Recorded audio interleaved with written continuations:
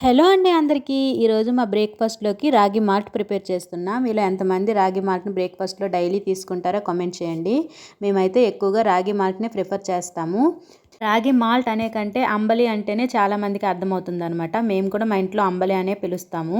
మా ఇంట్లో ఇంకా మా అమ్మ వాళ్ళ ఇంట్లో కూడా డైలీ మార్నింగ్ ఈ అంబలిని అయితే ప్రిపేర్ చేస్తామండి. ఈ రాగులతో పాటు కొంచెమన్ని డ్రై ఫ్రూట్స్ కూడా యాడ్ చేసుకొని ఇవి పిండిలా ఆడిస్తామన్నమాట. ఇవి మార్నింగ్ ఇలా మరిగించుకొని బ్రేక్ఫాస్ట్లోకి తీసుకుంటే హెల్త్కి చాలా మంచిది. నేను మా పిల్లలిద్దరికీ కూడా రోజు తాగించడానికి చాలా ట్రై చేస్తాను.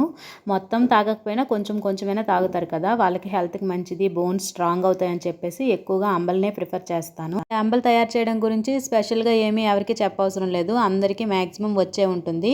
అయినా రాని వారి కోసం అయితే చెప్తాను. ఫస్ట్ అయితే ఎసరు బాగా మరిగిన తర్వాత చోడుపిండిని ఉండలు లేకుండా కలిపేసుకొని కొంచెమంత సాల్ట్ కూడా యాడ్ చేసుకొని ఈ ముందు మరిగించుకున్న ఎసరులో వేసేసి బాగా ఉడికేంత వరకు ఉడికించుకోవడమేనండి. అంబలి అయితే తయారైపోతుంది.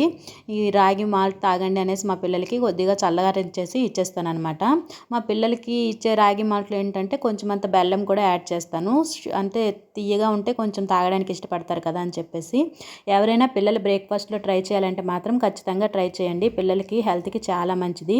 అలాగే బ్లడ్ ఇంప్రూవ్ అవ్వాలనుకున్న వాళ్ళు కూడా ఈ రాగుల్ని తమ డైట్లో చేర్చుకుంటే చాలా మంచిదండి. మనకి తొందరగా అయిపోయే బ్రేక్ఫాస్ట్ ఏదైనా ఉందంటే ఇదే అని చెప్తానన్నమాట. వీడియో నచ్చితే లైక్ చేసుకోండి.